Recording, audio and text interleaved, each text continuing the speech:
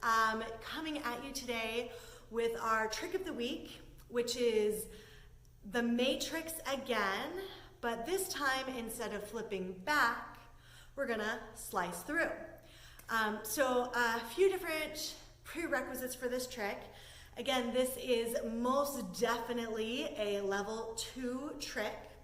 And I found over the years of doing this that students will, as they get started, really take better to either the flip back method or the slice through method. And some of that just has to do with their upper body and core strength and where they're stronger. For the slice through method, students need to be able to, one, get into Superman, hip hang Superman. They need to be able to go around the world. They need to be able to do a slice through, and they need to be able to do a forward flip. So the forward flip is going to require strong internal shoulder rotators, and a good way to practice getting strong with that is to train vampire flips or chicken wing flips into the swing, anything where they're really having to hug their core up through the center and flip forward to wherever it is that they're trying to land. And I'll focus on those next week, actually, on vampire and chicken wing flip. So today, for our second style of matrix, let me just show you the trick from hip hang Superman. One hand grabs onto your handle. That same leg comes up through the center of the fabric.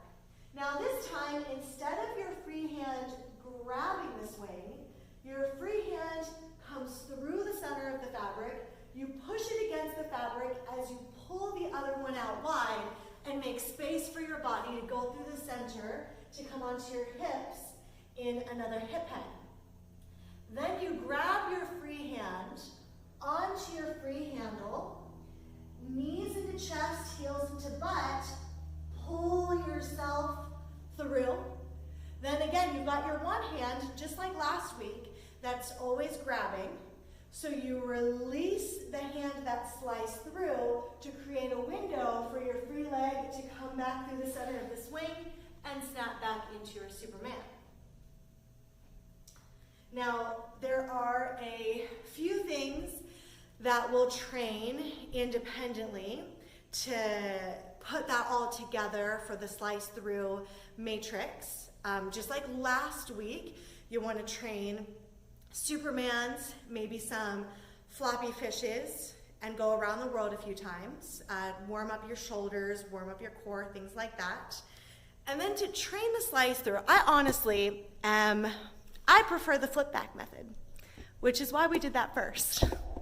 The slice through method, I have a hard time with because it's easy to get really stuck on your gut, and that can be uncomfortable.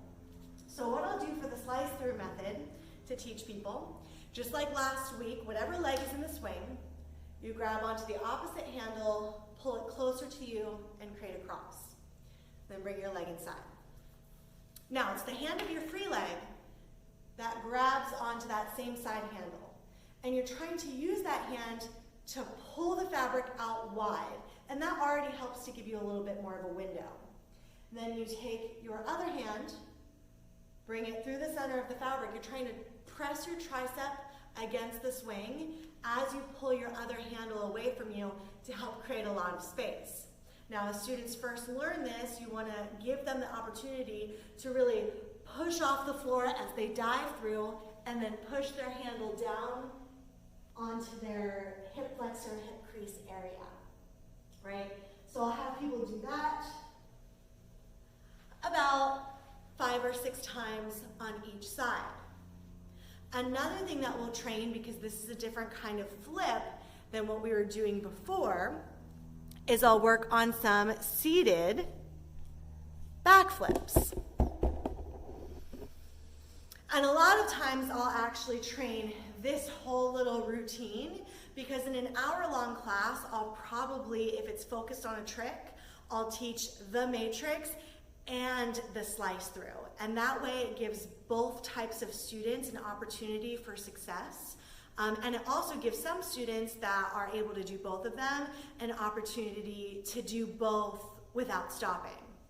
So in the beginning of class, after a little bit of a shoulder warm-up, I'll have us do flip backs and flip forwards. And that's a good spot also to spot who's better at what. And then maybe you can, if you have a class that tends to lean more to one than the other, you can focus your time on that type of matrix. So hands up, through the center, do your flip back or your pull over. So pull over, relax, flip your grip, heels to butt, roll out, right? So I'll have students work on that a few times, and I'll try to encourage them not to push off the floor, because eventually in the matrix, you don't want them to pause and push off the floor. You want them to be able to do it seamlessly, right? So lift, lift, flip, flip grip, out, hold, and down. So I'll have people do that a few times. Usually in a tricks and flips class, I would start with those and turn it into a little sequence. So I would say, pull over into your hip hang, go around the world, then turn back into your hip hang, flip your hands, pull out, and do the other side. And I would have them do that probably 2 times on each side, and that would really, really warm them up.